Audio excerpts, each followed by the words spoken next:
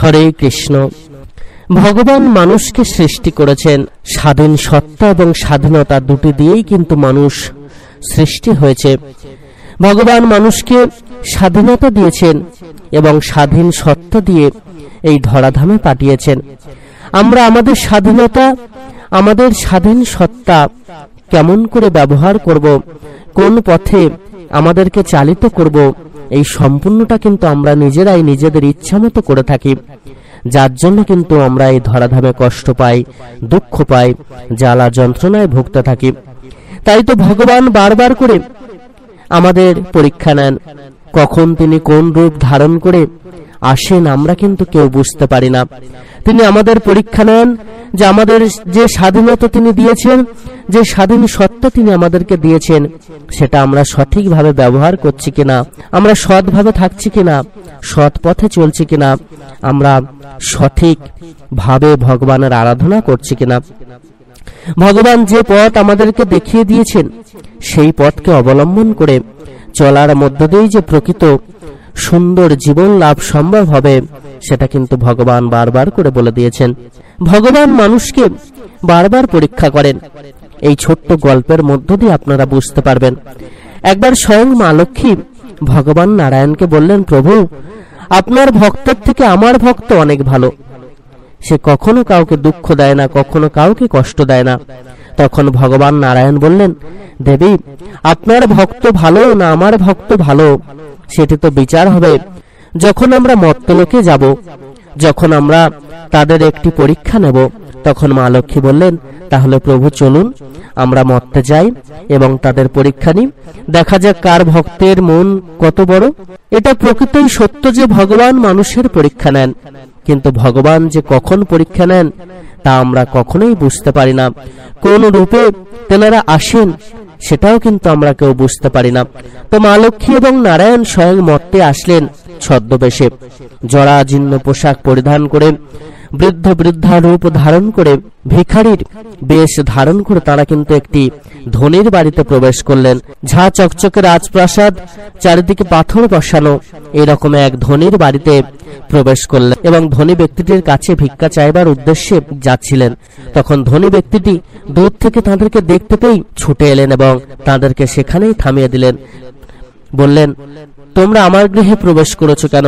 জরাজীর্ণ পোশাক, কাদামাখা, কদ্দমাক্ত শরীর, আমার গৃহ অপরিষ্কার হয়ে যাবে, আমার গৃহের চারিদিকে সুন্দর সুন্দর জিনিস রয়েছে, সেগুলো সব নষ্ট হয়ে যাবে, তোমরা আমার ঘর থেকে দূর হয়ে যাও বলে তাদেরকে কিন্তু ঘাড় ধাক্কা দিয়ে বার করে দিলেন।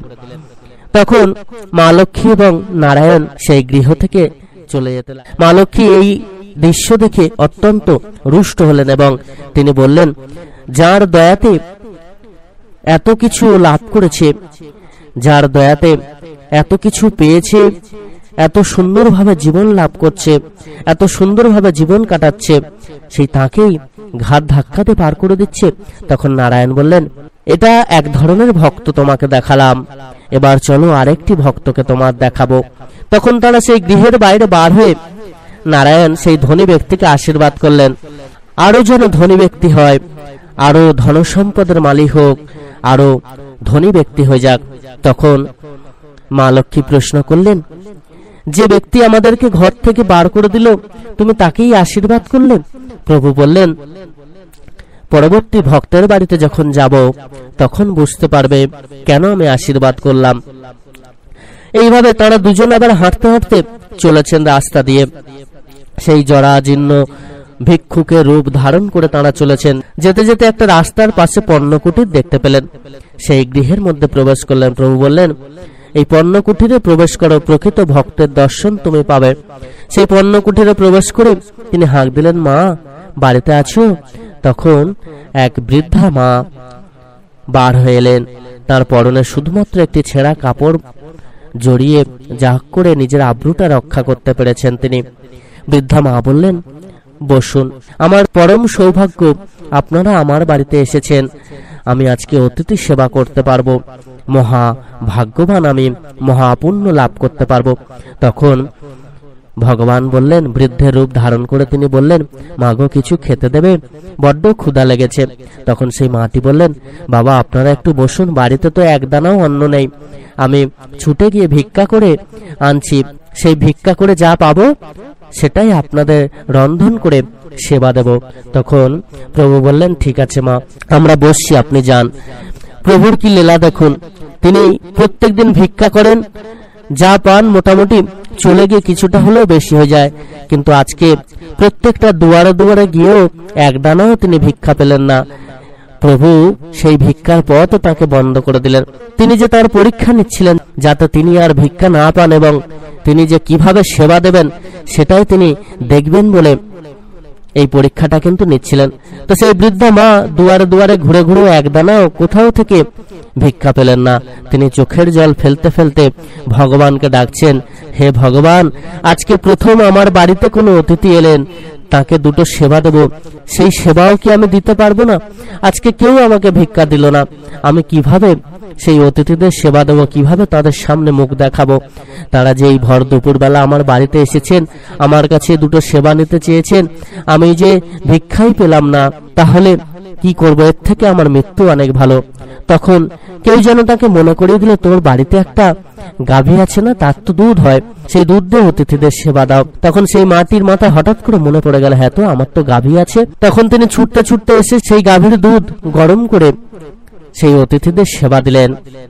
আর প্রভু পরম তৃপ্তিতে সেই সেবা নিলেন এবং মা লক্ষ্মী পরম তৃপ্তিতে সেই সেবা নিলেন।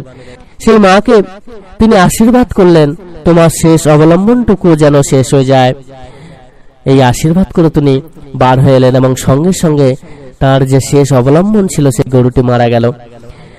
তখন মা লক্ষ্মী প্রভুকে প্রশ্ন করলেন, হে প্রভু, যে ধনী ব্যক্তি আমাদেরকে ঘাড় ধাক্কা দিয়ে বার করে দিল, তাকে তুমি দুহাত ভরে আশীর্বাদ দিলে যাতে তার আরো হয়, আরো ধন সম্পদ ঐশ্বর্য তার ভরে যায়, যাতে সেই ধনী ব্যক্তি আরো অনেক ধনী ব্যক্তি হয়ে উঠতে পারে। কিন্তু যে মাটি আমাদেরকে কষ্ট করে সেবা দিলেন, তার শেষ অবলম্বনটাও তুমি কেড়ে নিলে। তখন প্রভু বললেন, এবার বলো তো বড় ভক্তকে, কার মন সব থেকে বড়? ওই মাটি এতদিন পর্যন্ত আমাকে ডাকতো এবং গরুকে ওই মাটি এতদিন পর্যন্ত আমার সাধন ভোজন করতো, আমাকে ডাকতো এবং শেষ অবলম্বন ছিল ওই গরু। কিন্তু আজ থেকে শুধুমাত্র আমি তার শেষ অবলম্বন হব, শুধুমাত্র আমারই সাধন ভজন সে করবে এবং আমাকেই ডাকতে থাকবে, চোখের জল ফেলে আমার সাধন ভজন করতে থাকবে, আর আমি তখন ওই মাকে রক্ষা করব।